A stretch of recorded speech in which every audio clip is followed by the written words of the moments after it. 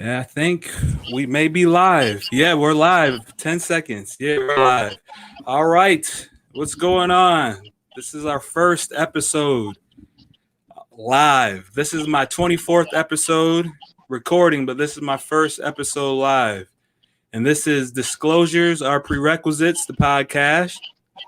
And right now, I have my first guest, the brave, the talented Tosh Dorsey. Hey, how's it going? How's it going, Hugh?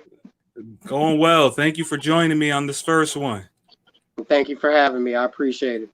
You're welcome. You're welcome. And this is a good time to actually have a podcast and start having conversations amongst all of us because we just lived through 9 months of a pandemic. Yes. So what Tosh does is he's a comedian. Every time I see him, he's always making me laugh. And then I tell him all the time, I'm more so of a counter comedian. So if you say something, I'm like the Floyd Mayweather, but of comedy. You say something, I'm ready. I got something coming right back at you. Yeah. 2 quick jabs. You sure? So yeah, we feed off each other. So I wanted to have him on here and kind of lighten the mood and bring smiles back. So Tosh, tell us about you.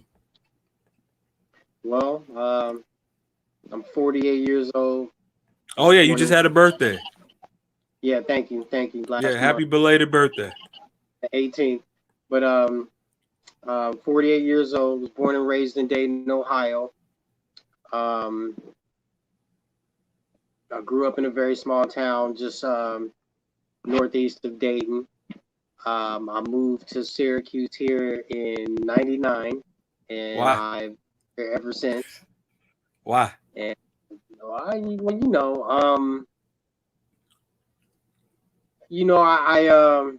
wanted to see what else was out in the world. First and foremost, within the United States. I had grown up in my hometown. I had pretty much done everything there was to do. I was looking for something more, and I figured the only way that was going to happen was for me to, try living in other places to get the experience of the culture change, the experience of being in different regions with different people, and just different life experiences. And I also wanted to better my career. And at the time, I was just working fast food jobs, and I had children to take care of. Trying to think of them and build a better future for them and myself. I needed to make a career change, and I needed to just surround myself somewhere entirely different. So, I picked Syracuse, and thankfully, it's been one of the best moves I've ever made. So that's what I like to hear. How many kids do you have? How many? I'm sorry. Oh, how many kids do you have? I have 3 children. Okay. I have with one woman and another one with another woman. I have a 27-year-old daughter and a 26-year-old son with one woman, and I have a 22-year-old daughter with another one. Okay. So they're in their 20s. They're grown. Oh, yeah, absolutely. They're doing their own thing. They don't wait long anymore these days. No. And any grandchildren? Currently, no, not at the moment. And I'm not rushing it. I'm enjoying it. Yeah, I get that. We're Americans, so we don't need to rush. That's right. That's right. Keep the rushing over there. But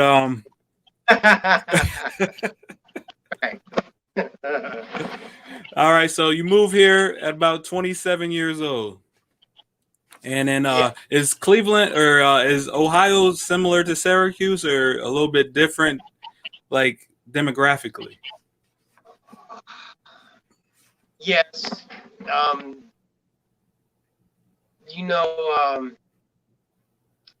Dayton's more of a Midwestern city. Um, it's like a hub of Midwestern cultures from that area, just as much as Syracuse is a hub of cultures from New York City and other surrounding cities close to the border. Okay. So they definitely have their demographics. Yes, Yeah, so that means it didn't take you too long to adjust. they are a lot alike. Yeah. Okay.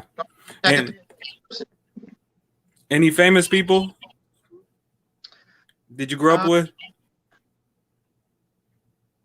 Oh, not directly, not directly.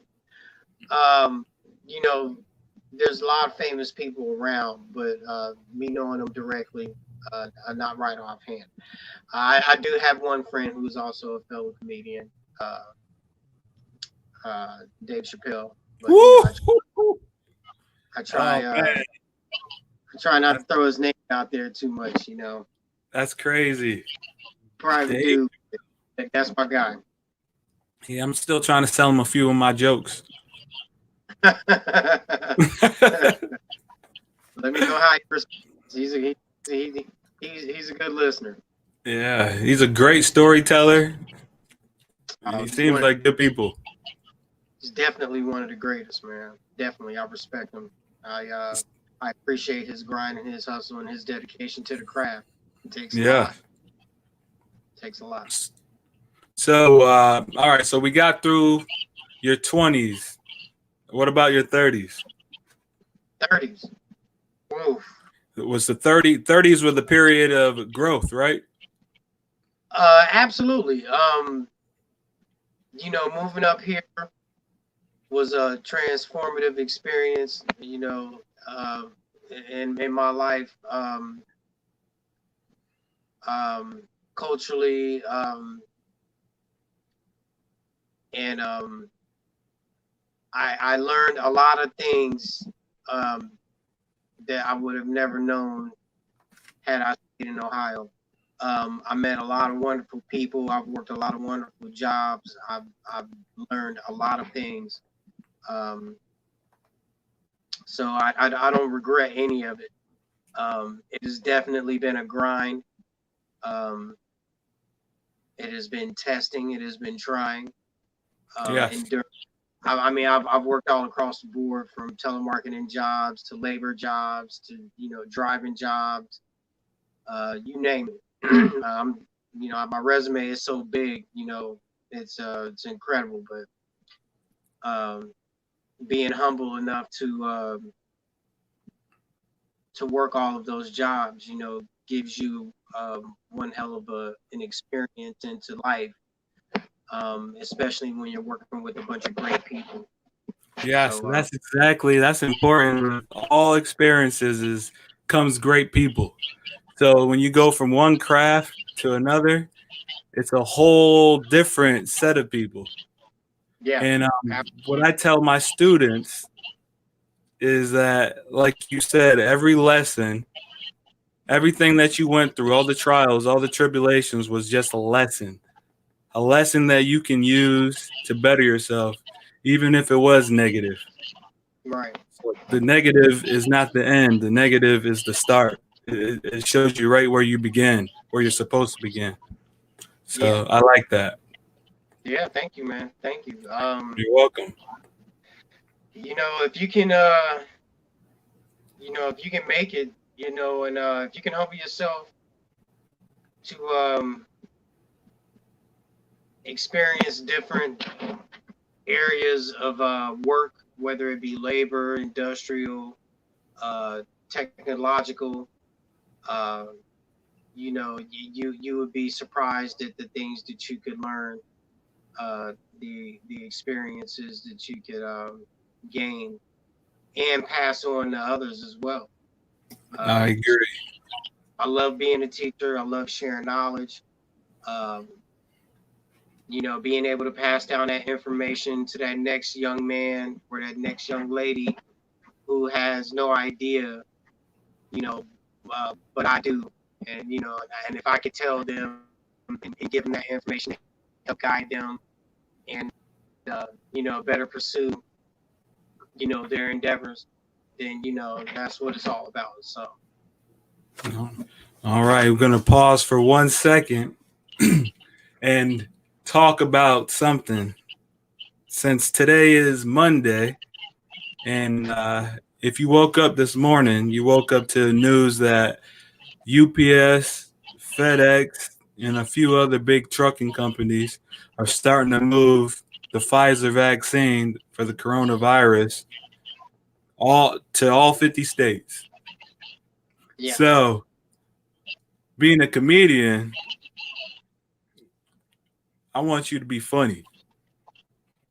So, what are your thoughts?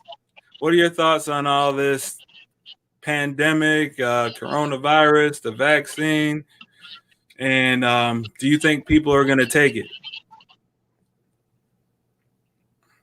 Well, You can answer any order. I guess I'm trying to find the right words to say this, but there should have been two phases to Operation Warp Speed. The first half should have been Operation Warp Speed. I think the second half of the operation should have been how fast can we get a black person to take it? Because no matter how fast you get it out to the general public, there's still going to be that stigma in the black community about taking this vaccine due to the mistreatment and the lies that were told to us. Anywhere between now and in the last 50, 60 years, and going beyond. But I heard someone say today that they should put it in hookah.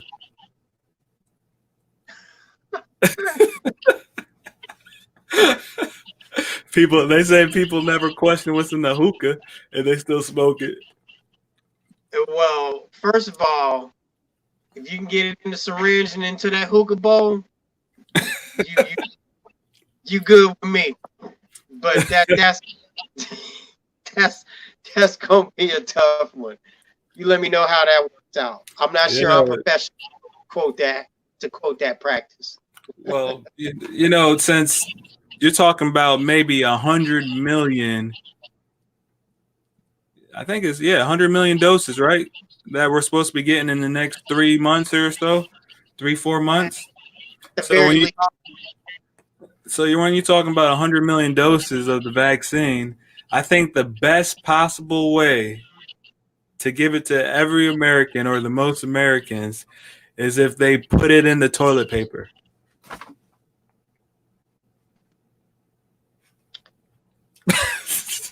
The toilet paper is flying off the shelves again. It's telling. Yeah, but then that raises another question as to how long you would have to leave the toilet paper in order for it to absorb, right? Yeah. Just the swipe ain't gonna do it. You're right. Maybe wet ones. And then what you gonna have the toilet paper sitting on dry ice? Oh yeah, that's right. All right, I didn't think about that. See, that's why you're the comedian. I didn't think of that. Hey, let's play a game. Let's play a game real quick. What's the first word? What's the first word you think of when I say these phrases, titles, or words? We'll just call this game the PTWs, phrases, title, words. Okay. All right. So if I say like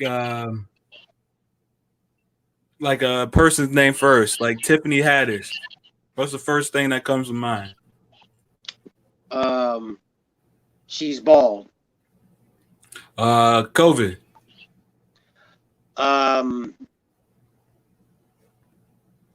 It is the crack of diseases.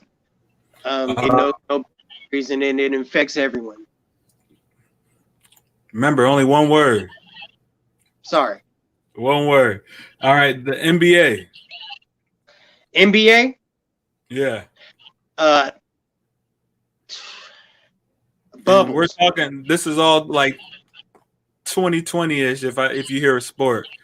What about Las Vegas?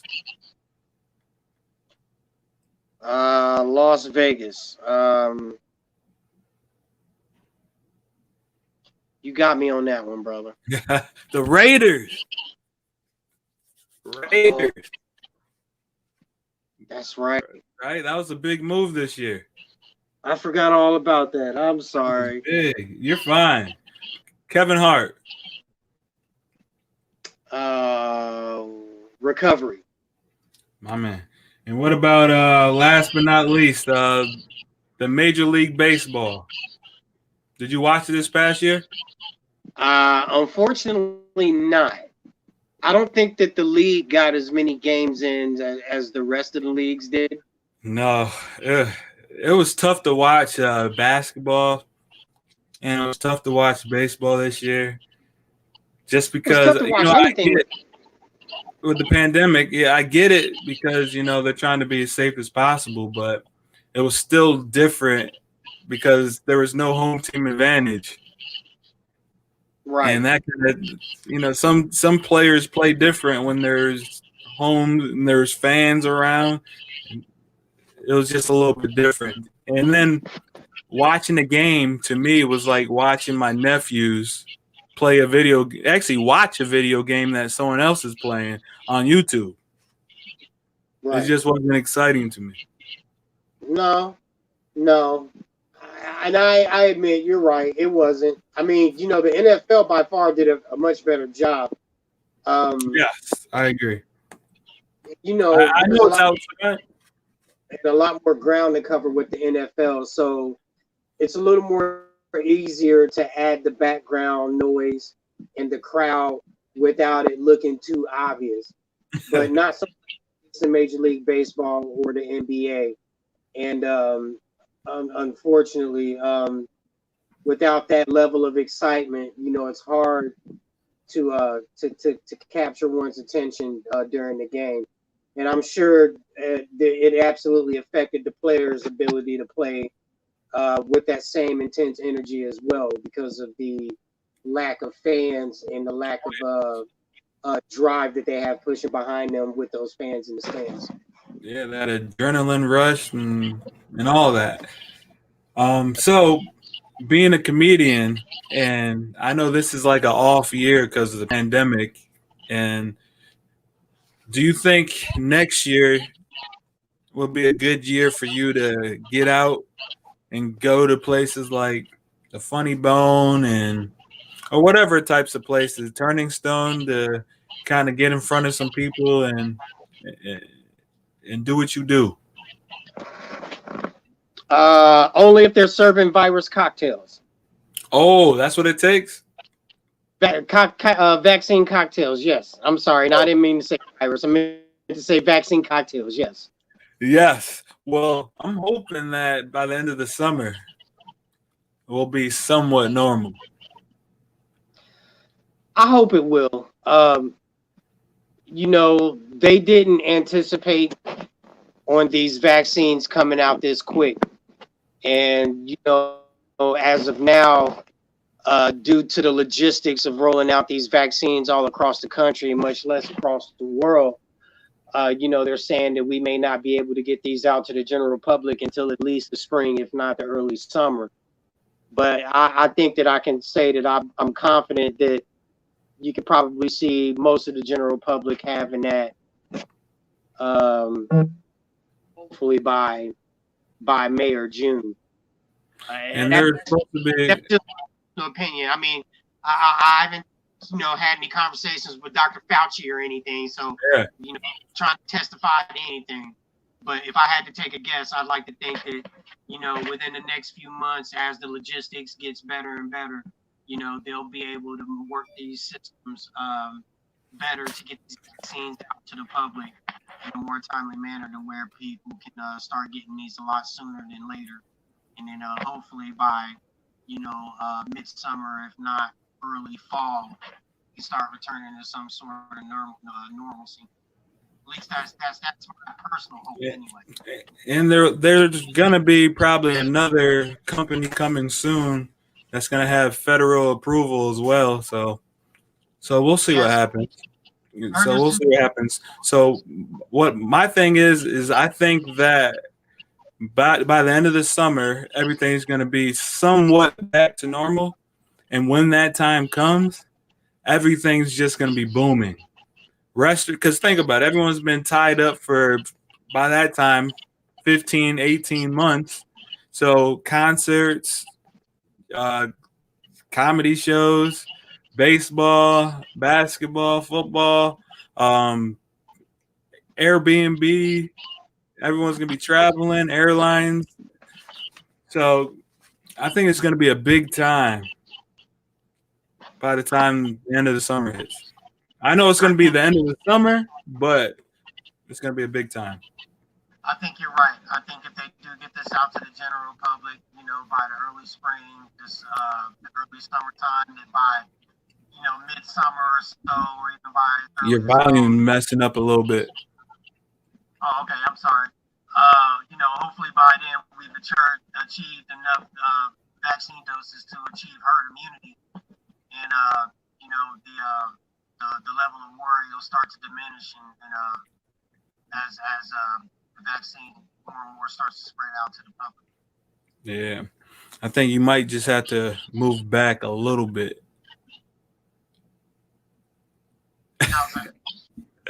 I don't know what happened again, but yeah, I agree. And my last question, what was it? I wrote it down.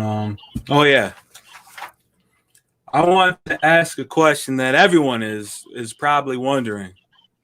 Okay. What does a comedian's diet consist of? Because I always wonder if I was a comedian, because I'm kind of funny, and I think your reply will determine if I am a comedian or not, depending on your diet.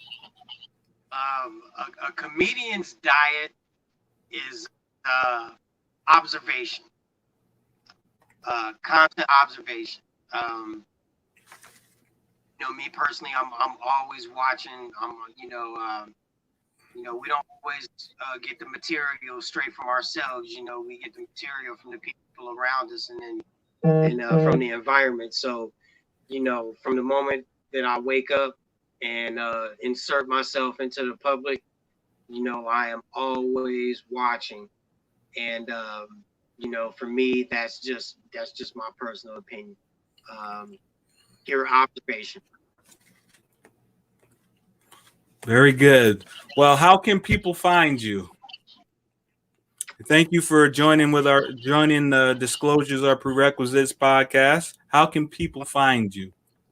Thank you. You can reach me at my email address, toshdorsey@gmail.com or toshdorsey@yahoo.com, or you can find me on Facebook.